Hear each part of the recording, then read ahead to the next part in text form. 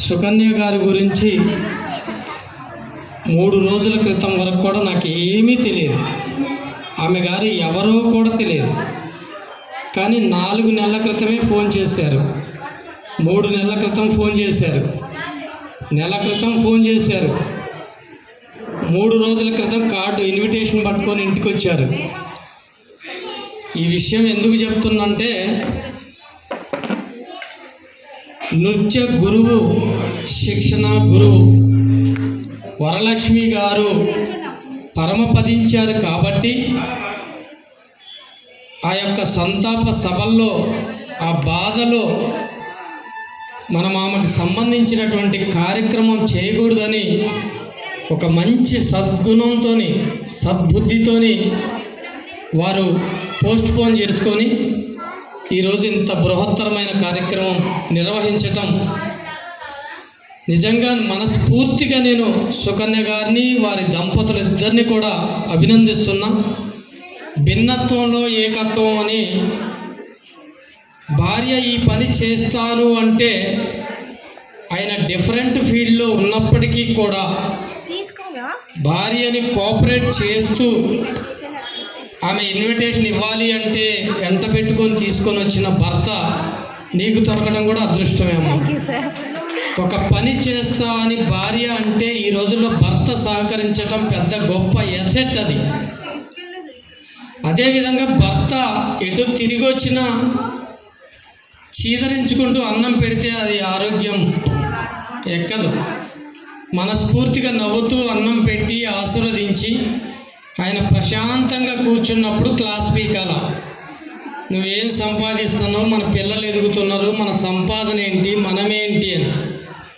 ఆ భార్యాభర్తల కుటుంబ చరిత్రని నాకు చెప్పారు.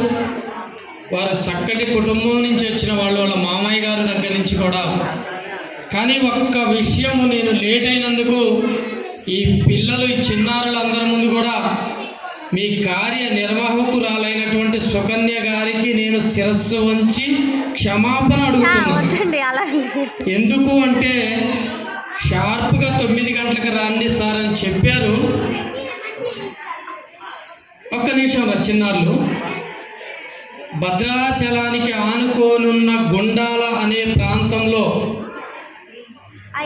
కని విని ఎరగని అష్టలక్ష్మి మహాయజ్ఞ కార్యక్రమం ఉన్నది.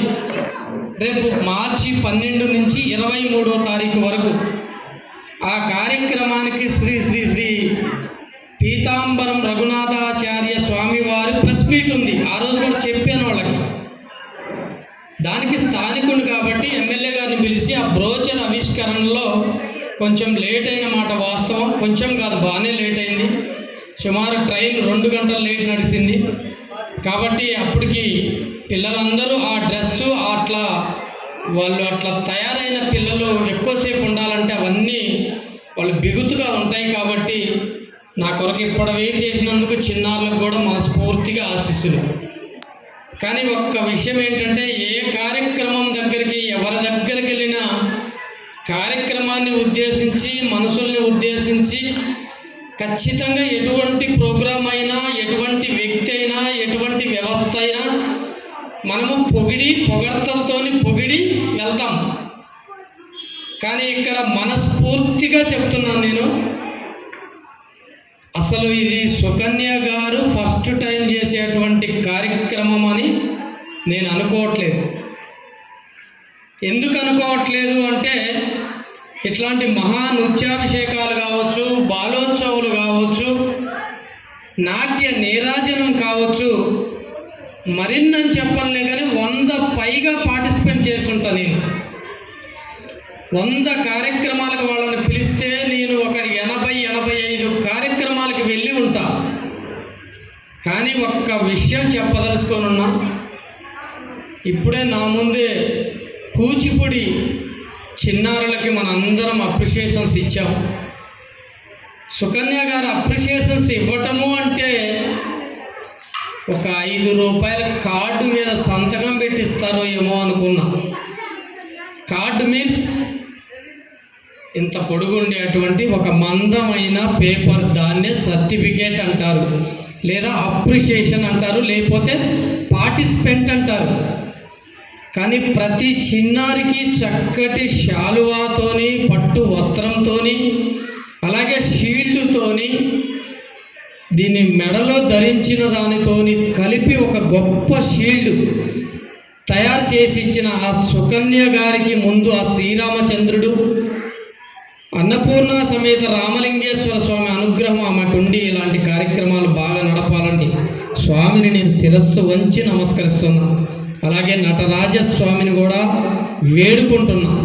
ఇంత చక్కటి బృహత్తరమైన కార్యక్రమం, ఏదన్నా కూచిపూడి ఆ కార్యక్రమం ఉన్నది అంటే ఆ బ్యాచ్ అందరికీ కలిసి ఒక షీల్డ్ ఇస్తారు, ఒక మెమోంటో ఇస్తారు. వాళ్ళ గురువు ఎవరైతే ఉన్నారో ఆ గురువు గారికి ఒక శాలువా కప్పి ఒక అప్రిషియేషన్ ఇస్తారు, ఒక షీల్డ్ ఇస్తారు.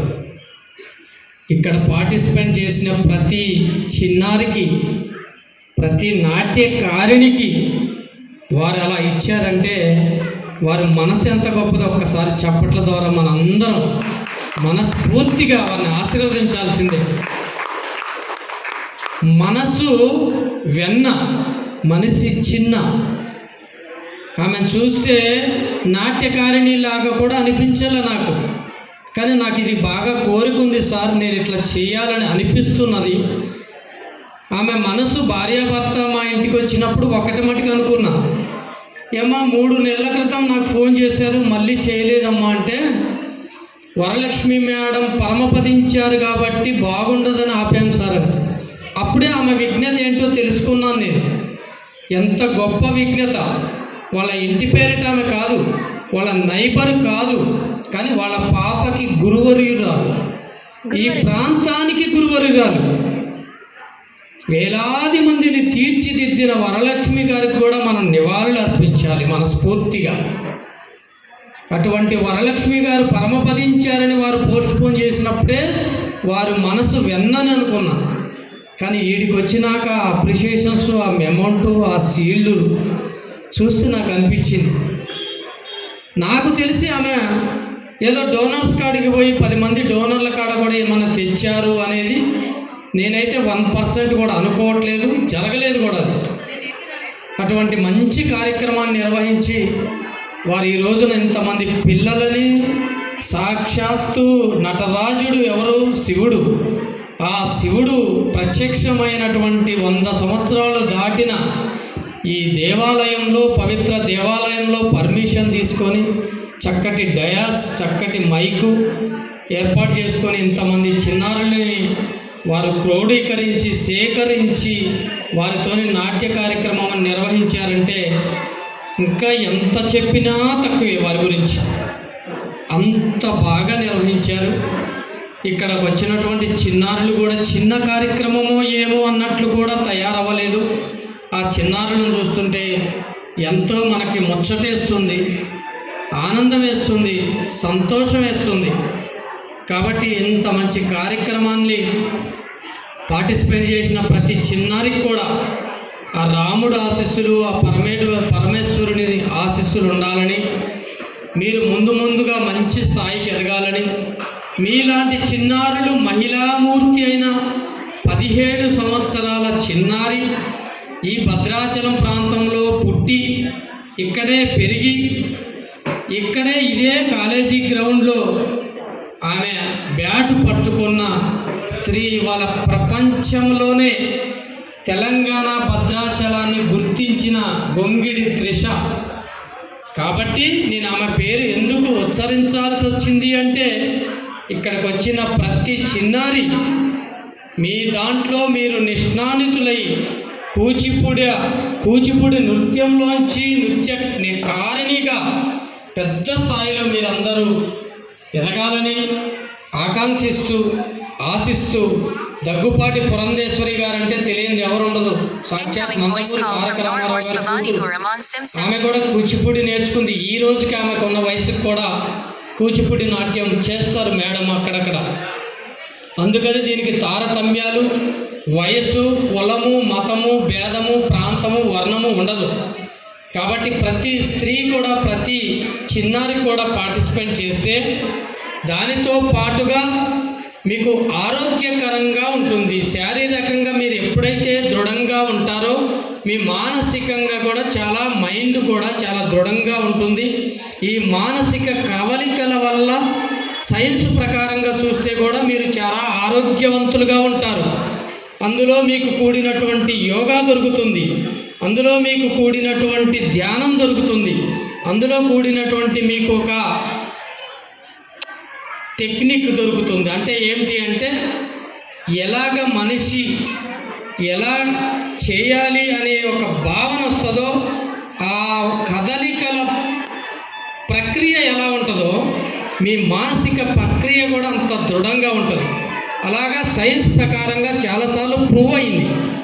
కాబట్టి ఇంత మంచి కార్యక్రమంలో పాల్గొన్న ప్రతి చిన్నారికి ఆశీస్సులు అందిస్తూ, ఇంత గొప్ప కార్యక్రమం నిర్వహించిన సుకన్య గారి దంపతులకు కూడా నేను ఆశీర్వదిస్తూ, ముందు ముందు భద్రాచలంలో కని విని ఎరగని రీతిలో జరిపిస్తారని నాకు బాగా దృఢమైన నమ్మకం దొరికింది.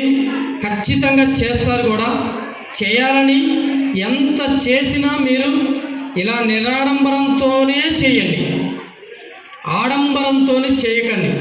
గురువర్యులు, నిర్వాహకులు ఎప్పుడు కూడా నిరాడంబరత్వంగానే ఉండాలి. నిరాడంబరత్వంగా ఉన్నప్పుడే ప్రజలు, చిన్నారులు, వచ్చినటువంటి పబ్లిక్ మీ మీద గమనిస్తూ ఉంటారు. కాబట్టి ఆ చక్కని కార్యక్రమాన్ని భగవంతుడు మీకు నిర్వహించే విధంగా ఆ భగవంతుడు మీకు ప్రసాదించాలని, చక్కటి ఆరోగ్యాన్ని, ఆయుష్ని సుమంగళి భవతోని ఉంచాలని మనస్ఫూర్తిగా కోరుకుంటూ, నాకు ఇంత గొప్ప అవకాశం ఇచ్చిన మీ అందరికీ శిరస్సు వంచి నమస్కరిస్తూ సెలవు తీసుకుంటున్నాను. జై శ్రీరామ్.